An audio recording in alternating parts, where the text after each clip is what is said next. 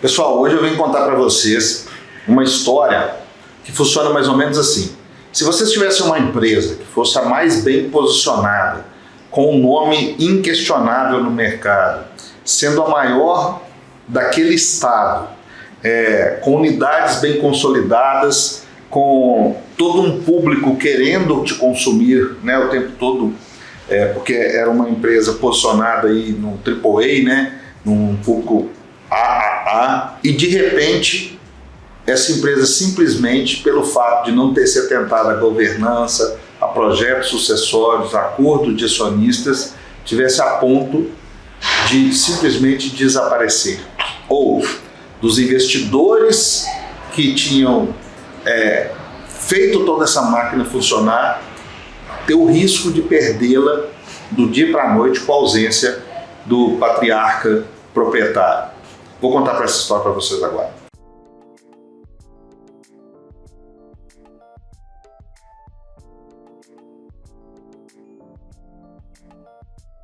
Pessoal, hoje a história é como que uma empresa que está super bem posicionada, que tem marca, produto, os melhores clientes, pode de uma hora para outra poder estar simplesmente à beira do abismo. Nós tivemos o privilégio de participar de um projeto que foi um aprendizado gigante, porque eu brinco muito com o time da Assis, que nós temos o melhor negócio do mundo. A gente recebe para aprender. Não tem um case, não tem uma experiência nossa que a gente não aprenda muito. E essa experiência é o seguinte: tinha uma empresa num determinado estado do Brasil que do seu segmento era a mais bem posicionada, então tinha uma marca inquestionável, foi muito bem construída pelo patriarca de uma família, né? Só que uma empresa que já estava quando nós entramos, com 47 anos de mercado, esqueceram de alguns pilares importantes, né? E que geralmente aquelas pessoas, principalmente lá do passado, que fizeram as coisas acontecer, que construíram patrimônio, que fizeram marca, fizeram mercado, não davam a respectiva relevância para esse tema, que é não preocupar em ter um processo sucessório, maduro, profissional, e não se atentaram em ter um acordo de acionistas para a ausência desse patriarca, que era um elo tão importante desse negócio. Esse patriarca, infelizmente, veio a falecer, e no falecimento dele a família se viu na seguinte situação. Eram 3 filhos, desses 3, 2, um só atuava no negócio, um participava, mas não atuava, e um outro morava em outro estado, tinha outra atividade, nada relacionada ao negócio. Mas mesmo que participava, não participava do estratégico, do lado comercial. E o pai, ao longo do tempo da construção dessa empresa, acabou por se apoiar, né, em um dos diretores da empresa, e esse diretor pegou bastante do know-how disso, né, do relacionamento disso mesmo, porque o patriarca já estava numa idade longeva, naturalmente, como acontece com todos nós, acabou por transferindo algumas dessas ações para ele. Bom, então a família, quando ela se deu, né, após o luto ali, de uma perda tão importante, de uma pessoa que era uma pessoa maravilhosa, se viu na seguinte situação: tinha uma grande empresa, não conheciam do negócio, não sabiam o status do negócio, não tinham nenhuma referência se os números da empresa estavam corretos, estou falando desde estoque, caixa, posicionamento de balanço, de DRE, lucratividade, essas coisas. Não tinha nenhum relatório formal que fosse realmente validado por alguém, fora aqueles que mesmo que executavam, né? Empresas que já tinham, assim, eu lembro que funcionário tinha menos tempo, tinha 15, 16 anos dentro da empresa, tinha funcionários lá de 30, 40 anos. Então, assim, uma empresa que estava dentro do modelo piloto aí, assim, de muito relacionamento de confiança, mas que ninguém profissional validava se esses números, essas informações tinham dentro de um contexto de negócios profundidade. E aí fomos convidados, aconteceu um fato até interessante, porque um dos herdeiros fez 2 contatos, com o ex-diretor da empresa e com um escritório jurídico. E os 2 citaram meu nome para ele. E aí ela me ligou e falou, cara, parece que o universo está conspirando a favor, eu pedi 2 referências, os 2 citaram seu nome, eu queria te conhecer. Fomos lá, batendo papo, eu entendi. Só que o que acontecia? Era uma família de tanto caráter, né? Tinha um ambiente muito íntegro, ético-moral, que esse diretor, o patriarca tinha feito um vesting com ele, passado para a empresa em 1% para ele e feito um vesting de uma diferença de percentual que ainda não estava no contrato social. Mas no seu leito de morte ele pediu, né, que a palavra dele, o que ele tinha prometido, fosse cumprido. A família arcou, porque era um patrimônio muito grande, era um negócio muito grande, com todas as custas, né, de herança, tudo que tem que fazer dentro do espólio, pagou todas as taxas e cedeu o complemento desse percentual para esse diretor, cumprindo, né, honrosamente a memória do pai que tinha prometido. Porém, quando nós fomos entrar, né, tecnicamente, de forma profissional para dentro do negócio, a gente foi vendo vários pilares que não estavam no modelo que o mercado, né, o mercado daquela época, já evoluído, tudo para o tamanho de empresa daquela, conseguiria validar, conseguiria fazer uma due diligence, que é uma das propostas, poderia ser o M&A, a venda da empresa. E aí nós tivemos que começar a adentrar dentro de vários processos e, obviamente, que no universo onde que tudo era muito confortável do ponto de vista de comodidade, de confiança, você pedir informação, pedir validação incomoda os mais diversos aspectos, que é natural do ser humano isso mesmo acontecer, e a gente acabou por incomodar a maioria das pessoas que estavam lá há muito tempo e que tinham modus operantes, né, mas que não estavam habituados a prestar conta.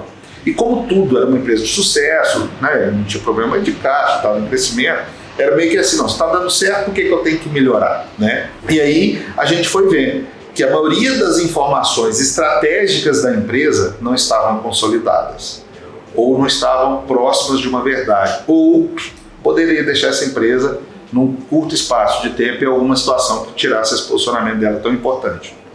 E aí veio o primeiro desafio.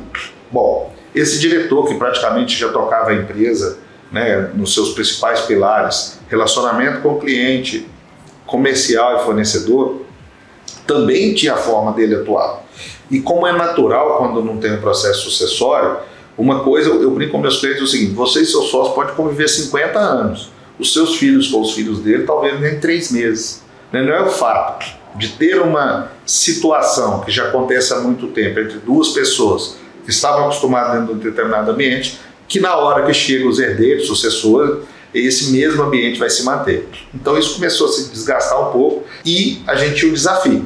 Esse diretor tinha uma forma de operar, que ele acreditava e tudo, a família tinha uma forma de ver o negócio, não tinha a partir daquele momento, o propósito futuro da empresa não era o mesmo para as partes sócias, né? E aí o primeiro desafio nosso foi entrar para dentro desse conflito, entender tudo que estava acontecendo para que também não tomássemos decisões, né, de parte, fôssemos ali limpos do ponto de vista de tomar a melhor decisão para o negócio, imparciais, independente da sociedade, e chegarmos a um acordo com esse diretor que já tinha, né, sido, né, nessa época recebido o seu percentual prometido pelo patriarca, a ceder, ou seja, eu tive que fazer um M&A dentro dos sócios primeiro, para poder construir essa empresa para chegar no M&A de mercado, porque tem um ponto básico em compra e venda de empresas, que é o seguinte: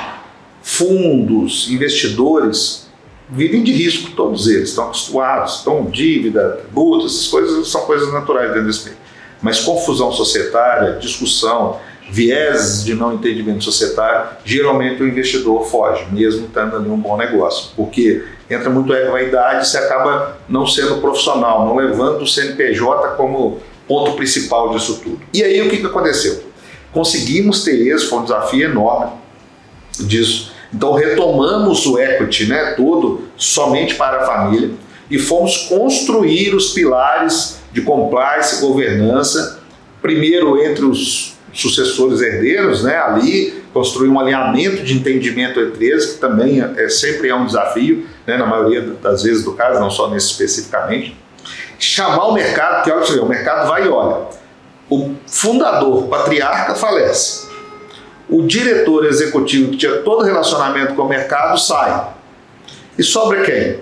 Sobra a família, que não era sucessora, né, para esse novo diálogo de entendimento. E aí buscamos pilares, pessoas de mercado, conselheiros que ajudaram muito nessa jornada, criamos um objetivo, fizemos uma estruturação forte dessa empresa de informações, de compliance, de busca do melhor posicionamento dentro. Descobrimos que o posicionamento que ela estava, apesar de ter todo um glamour de AAA, estava se perdendo isso ao longo de um tempo, né, dentro desse negócio. Por isso que eu falo que é sempre importante a gente se renovar mesmo no sucesso, né? Foi um diagnóstico hiper ultra importante à época. Conseguimos buscar esses profissionais que já não via nessa empresa essa referência, chamá-los on a on, conversando, perguntando, cara, por que você parou de vir cá? Por que você não entende que nós somos mais essa referência e tal? Aprendemos muito com esses feedbacks, ou seja, dentro da nossa cara para bater de forma totalmente transparente. E os profissionais gostaram desse tipo de atitude, onde nós conseguimos construir um novo valor para essa empresa, conseguimos reposicioná-la, né? Buscamos um planejamento para isso. Ao final de 4 anos de projeto, de 3 anos e meio, conseguimos levar ela à possibilidade de um M&A, então ela estava completando 50 anos. Buscamos uma outra empresa que tinha 51 anos, que fez a aquisição dessa empresa, que construiu um gigante valor. Os dois somados são os maiores do estado no setor, e aonde houve um complemento muito grande, porque o comprador, né, o investidor que entrou, tinha um posicionamento muito forte no interior, né, com uma marca muito consolidada, grandes players, mas na capital ele não tinha presença. E essa marca na capital era a maior presença do setor e conseguiu se consolidar, e fizemos um M&A que gerou valor entre ambos, tanto quem, né, fez a venda, que era a família, quanto quem comprou, tanto é que hoje eles cresceram ainda muito mais. E todos, cada um, né, dentro do seu ambiente, conseguiram cumprir os seus propósitos, ficaram felizes. A família, como não era do ambiente, não adiantava, era querer seguir, porque os filhos tinham outro propósito ali dentro, mas ficaram capitalizados, seguem a vida aí, cada um dentro do seu ambiente. E é isso que funciona dentro de mercado, quando você consegue entender momentos, situações, pessoas, consegue buscar tudo isso dentro de uma convergência, dentro de uma congruência, onde estão emoções, situações, processos, né? Porque os pilares disso às vezes são muito complexos. Você consegue entender pessoas, voltar de novo, eu estou lá em cima, no meu gigantismo, chamar as pessoas e falar, cara, o que você não está vendo em mim mais, onde que eu perdi minha essência, buscar essas referências dentro dos mercados, dentro dos clientes, que era muito importante, reconstruir essa marca e esse posicionamento e chegar ao êxito disso através de uma venda. E ter, né, que fomos procurados por vários interessados à época, e se consolidou isso, e é onde a Assis conseguiu também firmar muito a marca dela diante dos desafios que quem é desse setor sabe que nós passamos, e conseguimos ter um grande sucesso, um grande êxito com esse case. Então agradeço vocês mais uma vez, muito obrigado. Para vocês que estão chegando aí agora, não se esqueçam de assinar o canal, ativar o sininho, me seguir nas demais mídias sociais. Tamo junto, até daqui a pouco. Obrigado.